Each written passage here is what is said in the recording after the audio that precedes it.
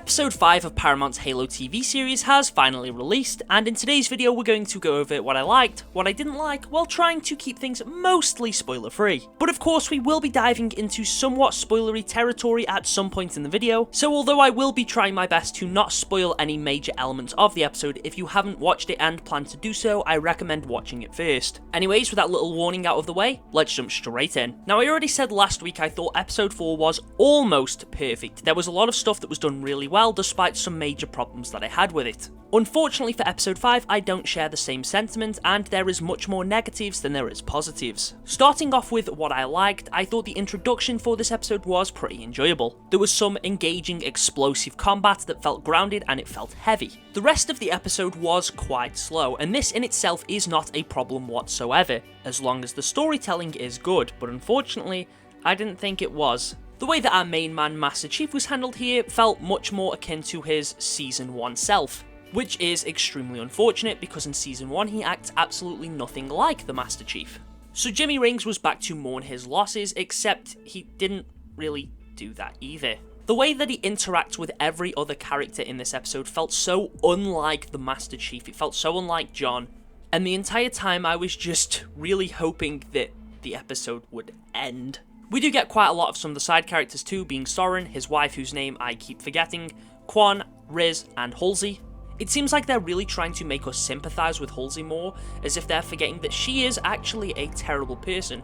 Yes, she is technically a good guy in the overarching Human Covenant war, but she is still a really bad person. Her work is a necessity in humanity's victory, but I find it very bizarre that they're trying to make us sympathise with her and try to feel bad for her, when the games and extended media do a pretty good job at portraying she's not very nice. I can't really talk about Riz too much as that would be spoiling stuff. She doesn't really get to do too much this episode, but it felt like a nice conclusion to her character. As for Soren and his wife, their side plot I really didn't care for whatsoever. It seemed like the main plot and the side plot of the show had connected, as of last episode, but they've once again sort of branched off, and the current side plot just does not feel that engaging for me personally at all. It's important to their characters, of course, so I understand why it's there from things that have happened prior, but I feel like it could have been wrapped up much easier unless they have bigger plans for it. And I do have a theory of where they could be taking it, but again, that would be stepping too much into spoilery waters. As for Quan, there was some really weird stuff going on with her character too, that again, felt very Season 1. The last 4 episodes really seemed like they were trying to move away from all of that to get more on track with the games themselves, but this entire episode completely contradicts that. I do think there were some cool moments and some nice stuff going on here, and again I do feel like they've done a great job at conveying the Covenant as a threat and how powerful and how terrifying they are and the way they can affect the people within these worlds. But speaking of the Covenant, I think this episode really highlighted how much I kind of dislike the art design of them here. I don't like how dull all of the colours are. I get that they're going for a grounded and gritty setting, but the Covenant are missing a lot of the purples, the blues, the reds, the bright colours that make them up. Instead, everything just looks grey. This applies to a lot of the UNSC stuff too.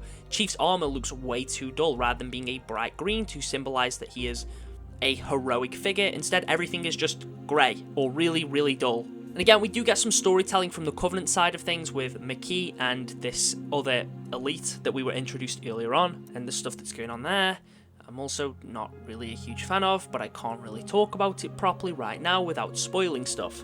Of course, when the season ends, I do plan on doing a full sort of review and talking about everything that I like and dislike, where I will probably spoil everything, but at that point you would have had more than enough time to watch everything. Negatives aside, and yes, there was many, the ending of the episode does have me somewhat excited for where they take the show from here, at least in regards to the main story, but I think that pretty much summarises everything I want to talk about today. Again, sorry for this being a bit more of a rambly video as opposed to me actually trying to review the episode. This is more so just my initial thoughts on everything and an outlet to talk about the things that I like and didn't like.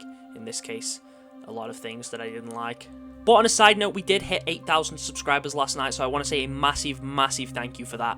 You're all absolute legends. I do have the 8K tournament in early planning, so if you're in the Discord, keep an eye out on that. But seriously, in that regard, I cannot thank you all enough. Anyway, thank you for watching, and I'll catch you all in the next one.